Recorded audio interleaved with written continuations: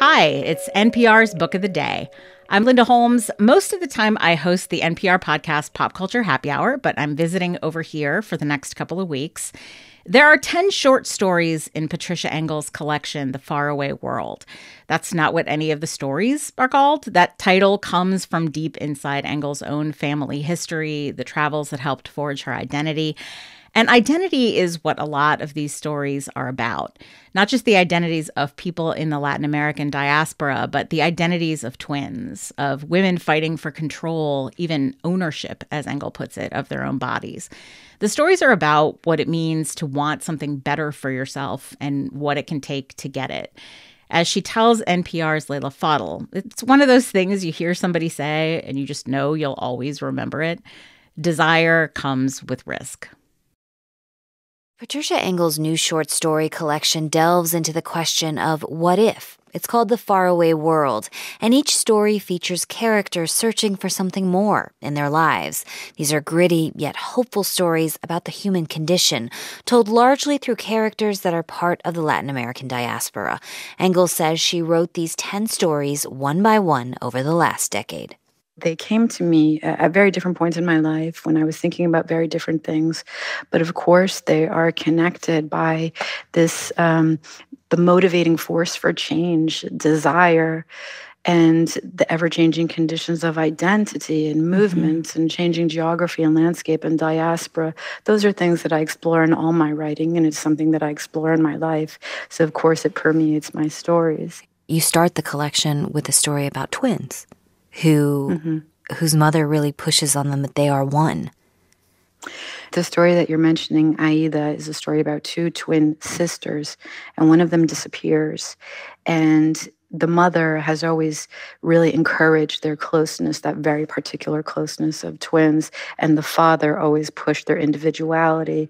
And you get a sense of how that conflicting message comes up against them and how they perceive life and their relationships and roles. And then what the disappearance of one of them does to the family unit. And that story came about because I was watching a true crime program once about a teenage girl who had gone missing. And I wasn't so interested in what happened to the girl, but just the faces of the family members who were grappling with her absence. And it got me thinking about how so many family units really hinge on the efforts of one person in that family at times. Yeah. So many of your stories, they're real gut punches. They're not long, they're short, but you end with a punch in the gut over all kinds of different things as people search for a better life, whether it's physical perfection, economic sovereignty, a better future for their children. But a lot of it eludes them. That seems to be a theme or a central theme of the stories you're telling here. Yeah, it's, of course, that's the nature of desire. Desire comes with risk, right? And you can't really create change without taking risks and launching yourself into the unknown.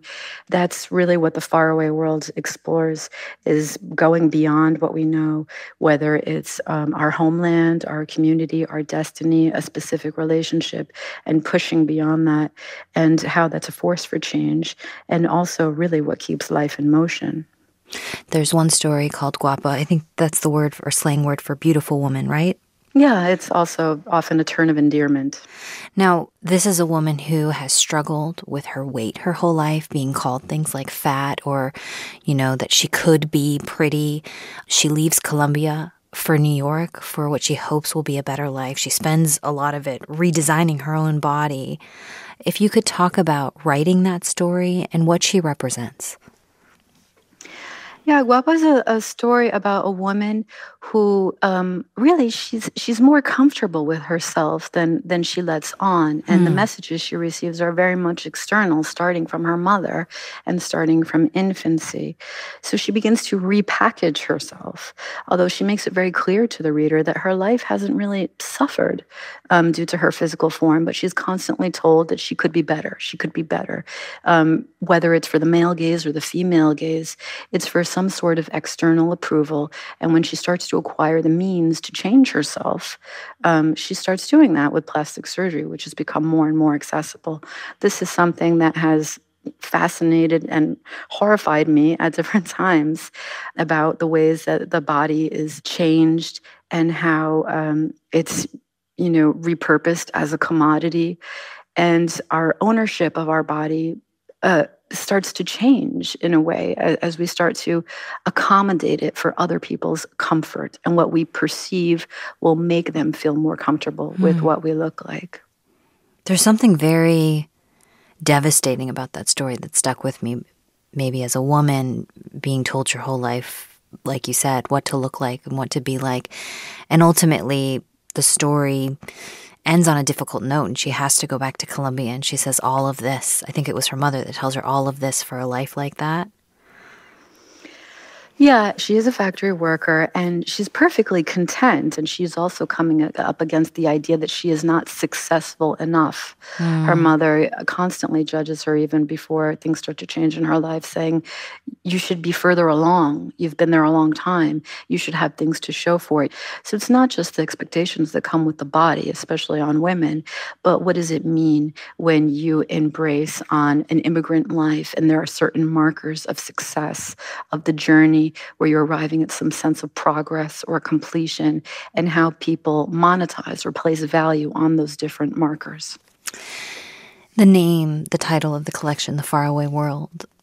After reading your stories, is the faraway world something unachievable? I think each person has their own idea of what the faraway world signifies to them.